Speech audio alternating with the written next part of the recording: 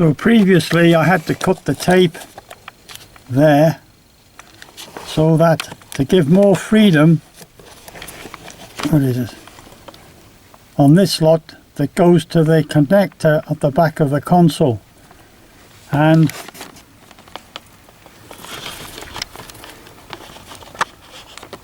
where is it?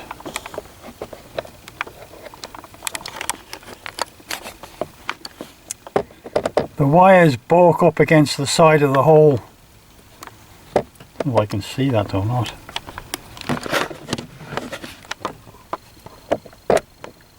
Anyway, next is you got to get that connector off. And it's better to have a pair of long-nosed bent pliers to get the two screws at the bottom. How the hell did I do this before?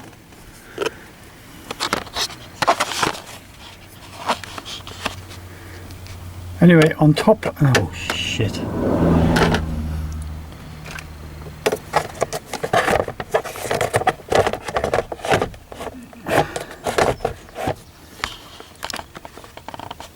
There it is.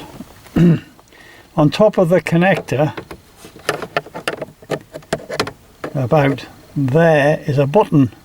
You need to press that and move that lever down to here.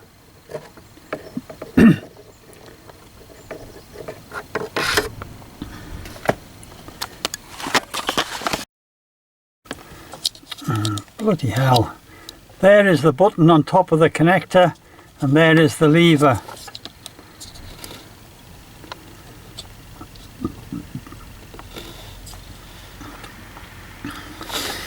So when you've got that, wiggled this out, the connector out, you then need to wiggle this out. And this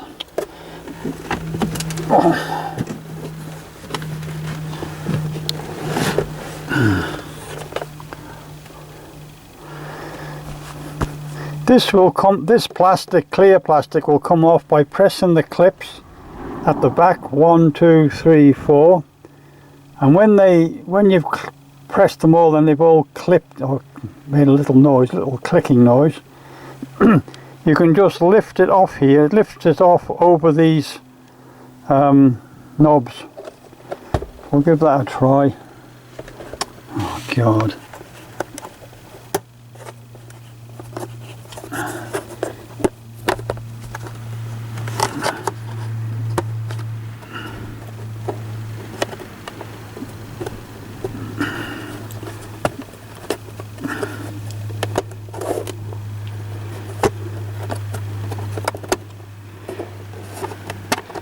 I was going to say, the last time I did this it almost fell off, so now you can just lift it off. So these two knobs will pull up a bit out of here, and they do, and one of them came out. So the last time I did the RPM, anyway, a couple of days ago I did the fuel gauge, which turned out to be about right. The temperature gauge, I need to go for a run to see where it is. I guess it's going to be vertical at operating temperature, and these numbers are pretty much meaningless because on forescan the engine coolant temperature is between 70 and 75, and this would be 90 when the needle's vertical. I happen to get the miles per hour about right, and one of those annoying, very annoying street sign things that tells you you're doing 30 miles an hour, and it was doing 30 miles an hour on this. So the last time I set this, that's where I set it before, but it's not going back to there for some reason. When I started it, it was just over 1000 and it came down to 900. On forescan it's showing 840, which means that needle wants to go this way a bit. And you can do that as it is here now by listening to it click. You can go the other way, all the way around to there, and move it this way, and by a click. But one click is quite a big movement at the end of the needle. Now one click will be from that needle to that X, which is too much. So I might just leave it as it is. These black knobs come off, and I don't know if I pulled them off with my fingers before. That sounds like it's doing something.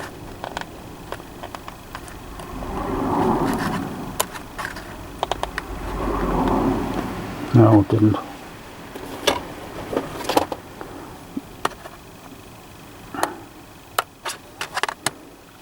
That's my left hand. Let's try the right one. There it is. There it goes, yeah. Thought it was. You can lift them off with by the little black knob, that little knob there. So with this, you go in through here and prise it off.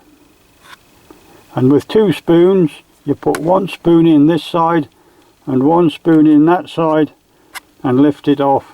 The first time I did this with spoons, it cracked and I thought I'd broken it, and then you could feel it lifting with resistance.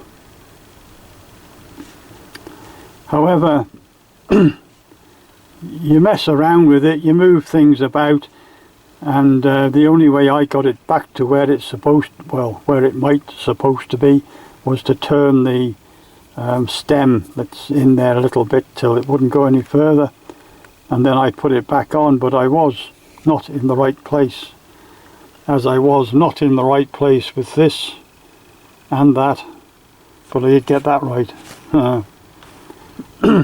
So to get this off, this plastic thing with the numbers on, you need to, well, I did get it off without removing the needles by moving all the needles in that direction.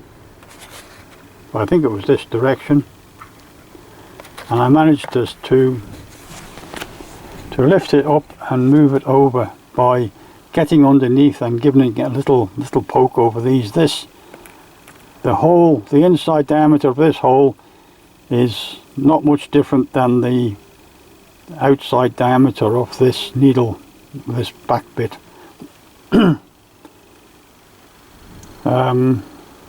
Anyway, it's easy to take the needles off and then remove this, and I think there was a bloke who changed it to kilometers, I suppose, but this one's got both on it.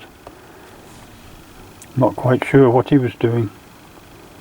So anyway, you can change this thing, and you can see it's got little I don't know what they're called, icons or something, and the light shines through.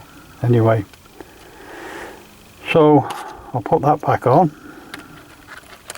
and that's the way I was putting it on before, putting that groove in place and then just pushing it down.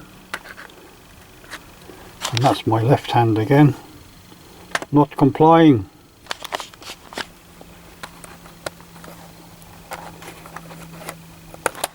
There it goes. So I'm gonna, oh, now look, it's gone to the X now. Huh.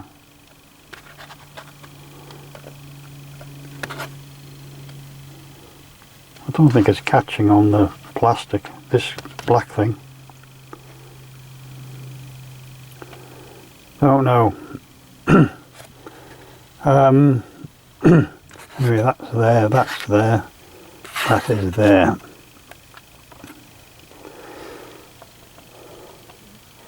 So I had to do it 3 or 4 times before I got the needles in about the right place. However, once you've taken this lot off and put it back on a couple of times, it's not too bad. Oh, so if you take the needles off, take this off, and just round the back. Oh, can't see. Anyway, that PCB, that green thing, is screwed on. Oh, that's it. That screen needs the golden side out, where you can see it now, the browny golden side. And there's 2 screws here, and also there's a protrusion which is split, which is like a clip that goes through the PCB. You can't see it on the back because of that colour. So this comes off.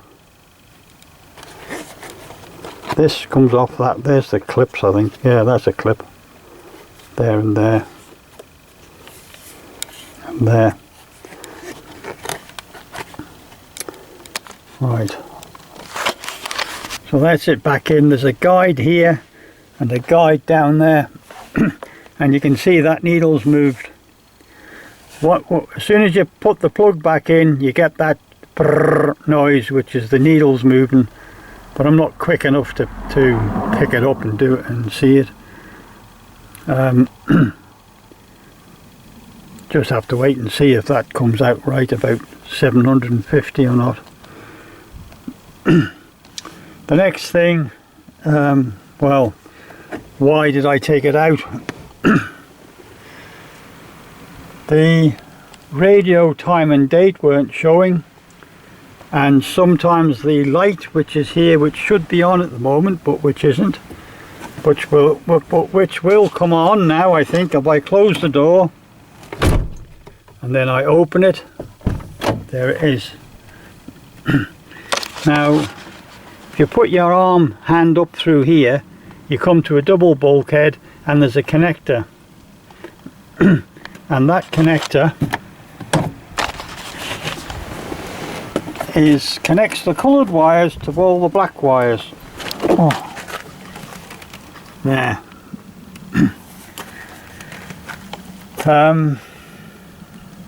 2 or 3 years ago I had that connector out, and there was green crud in it and some dampness and some water.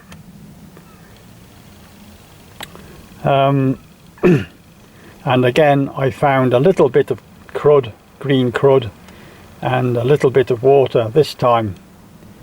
So the problem may have been in there. So we had an intermittent door open light, and the radio wasn't always showing the time and date. Now some years ago, as soon as you opened this door, you would see that light and you would see the time and date on the radio. So what I have found is that this here can cause the red light to go out. There it is. Right.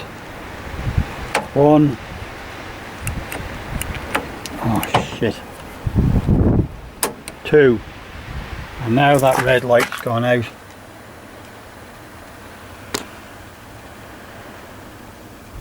And get the red light back on. I don't know when I zoomed. Red light's on, doors open, and this can be clicked down. Now the red light will be out, and to get the red light back on again, you pull the door lever, and that goes to there, and the red light is back on.